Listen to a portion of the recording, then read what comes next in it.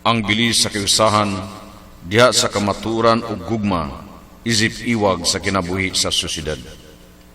Unsa ang importansya sa matinud-anon nga relasyon? Unsa ang sangputanan sa paglapas sa kamaturan?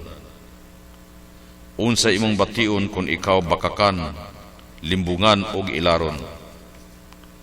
Nganong kinahanglan gayud umulo nato ang tawhanong katilingban diha sa kamaturan? Mga kaigsunan, ang organisasyon sa awtoridad diha sa syudad og ang kalambuang gimithi niini dili mao ang hingpit nga tubag nga gipangita sa tao alang sa kamaayong kinabuhi. Ang tinuod mao kini nga dili lamang material ang katagbawan ang gipangita sa tao apan usab ang espirituhanong kalambuan.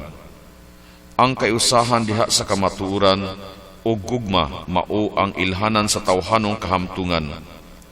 Ang prinsipyo sa kamaturan, human dignity, ug ang gugma, human flourishing, mao ang tinuod nga pundasyon sa kayusahan diha sa katilingban. Ang pagkawatak-watak sa katawhan mao ang kanunayng iskandalo nga nagababag sa atong pagtubo isip nasod.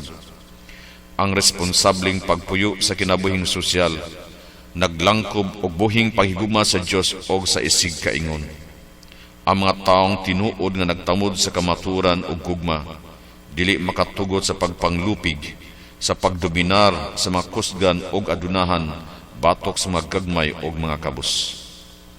Busa usa ka hinungdanong tumong sa pagpili og mga opisyalis sa katilingban mao ang pagbugna og kayusahan sa katawhan nga mopatunhay sa pagsalig sa kooperasyon. Ang matag usa diha sa tawhanong katilingban adunay kaakuhan sa pagtamod sa gugma sa kamaturan. Busa ang pagsulti sa tinuod ug ang paglikay sa pagpamakak ug pagpanlimbong. Tipik kini sa atong dakong respeto sa mga tao. Ang pagkamatuuron ug ang pagkamatinahuron dili mahimong pagabulagot.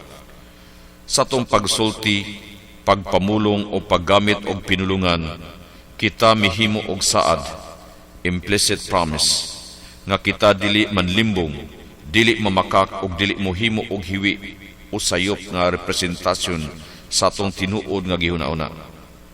Ang malisya sa bakak o limbong mao kini ang limbungan o bakakon na sayod nga ang iyang gisulti o gibuhat sayop og dili matarong apan sa mihimo og representasyon aron ang iyang bakak muhulagway nga daw tinuod og maayo. Ang pagpangilad sa katawhan nag-alpa sa respeto nga gipasabot og angay nga ipaabot sa matag tao.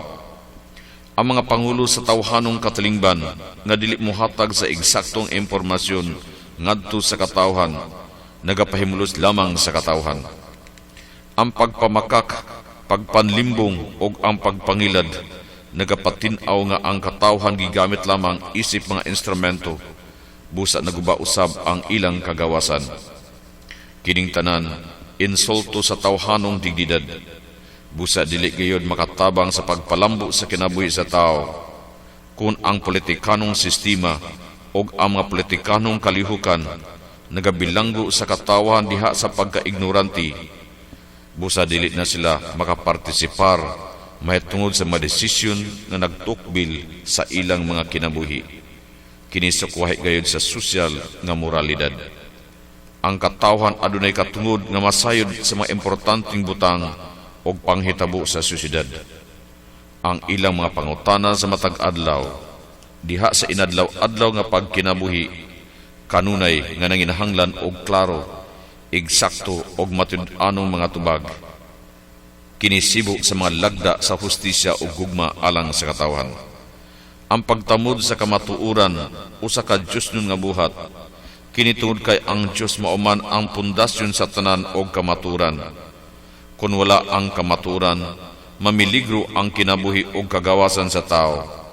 Ang pagpamakak, pagpanlimbong o pagpangilad makamatay. Kinilakip sa mga bugat nga krimen nga gikondenar diha sa balaang kasulatan. Ang salabatok sa kamaturan gihimo pinaagi sa pulong ug buhat na sukuhay gayud sa pagkamatarong. ang pagkamatinud-anon o sa kavertod nga moal kontra sa pagpakaron ingnon. Busa ang angayan nga pilion aron mangulo diha sa syudad kadto lamang mga tao nga nagtamod sa kamaturan. Musulti sa tinuod ug mudapig sa tinuod. Likayan ang pagpili sa mga bakakon. Limbungan og mangingilad nga mopahimulos lamang sa katawhan. Ang syudad mamiligro og mag-antos pag-ayo kung amang lingwahe o mga buhat sa mga lideres niini supak o halayo sa kamaturan. Kining mao nga kahimtang mo resulta lamang sa pagkahanaw sa pagsalig sa usag-usa. Ang syudad o tawhanong katilingban nga nabangkrap sa pagsalig sa usag-usa masakiton o kini mao ang kahimtang dili makapalambo sa kaayuhan sa tanan. Ang prinsipyo sa kiusahan. Ang syudad usa ka network sa tawhanon panaglimbigitay. Kinahanglan atong tun-an ang pagsalig sa matag usa. Kung unsaon ang pagsinaligay sa katawhan og syudad karon, malukpano na. Kini tungod sa sinsya og teknolohiya. Nahimo kini tungod usab sa mass media. Ang bagyo sa Myanmar, linog sa China, suicide bombing sa Iraq, kining tanan mahibaw-an na sa pipila lang ka minutos o oras. Ang mga simpatiya mapadala na pinaagi sa airwaves sulod sa pipila ka minutos. Ang kiusahan dili na sa nauna lamang.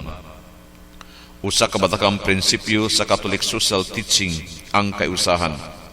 Nagapamatuod kini sa angay nga dignidad sa matag tao, ang dalan sa kiusahan og hingpit nga kalambuan nga angay nga sundon sa matag usa, ang panginahanglanon sa pagtambayayong sa manaklanlaing hutong, rasa, kultura og tinuuhan alang sa kinatibuk ang kaayuhan.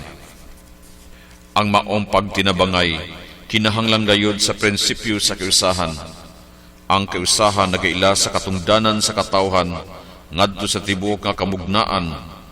Nagkinahanglan kini og hapsay nga relasyon sa kasilinganan uban sa mabinuhatan ug uban sa Dios. Kung ato kining matuman, maangkon ang rekonsilasyon sa pakig-uliay sa usag-usa og matagamtam ang kalinaw. Ato kining mailhan ang makalapasan diha sa kahimtang sa Mindanao. Ang mapadayunong armadong pakigbangi, pagdagsang sa mga krimen, ethnic o kulturanhong prejudices and biases o katahap, mga extrajudicial nga pagpatay sa nagkadaiyang grupo, ang militarization sa naglain-laing grupo, panggamhanan o uban pa, sa pagtambal sa sosyal o politikanong sakit, ang panagbulag o bingkil-bingkil sa katawhan tungod sa mga politikanong loyalties o ideolohiya. Atong masumada nga ang kinatibok ang kahimtang sa Mindanao o sa bangbahin sa nasod, halayo pa kaayo sa katumanan sa katalimbanong kaangayan. Nagpabilin sa gihapon ang kawadon, marginalization o ang pagpawalay apil sa katawhan sa benepisyo sa kalambuan, inhustisya o panagbangi. Walay katumanan ang malangkubong tawhanong kalambuan. Ang misyon sa gingharian sa Dios makanunayo nag-atubang sa makalilisa nga hagit. Sa laing bahin, ang paglapas kiusahan mo'y hinungdan sa panagbulag o panagbangi. Ang paglapas sa tawhanong katungod, ang makatahap, prejudices, biases, pagtratar sa uban nga sama sa galamiton, matagpurma sa inhustisya, pagpangulipon, pagdaog-daog o discrimination, tanang gubat, diskriminasyon sa mga minorities, kining tanan supak sa prinsipyo sa kayusahan.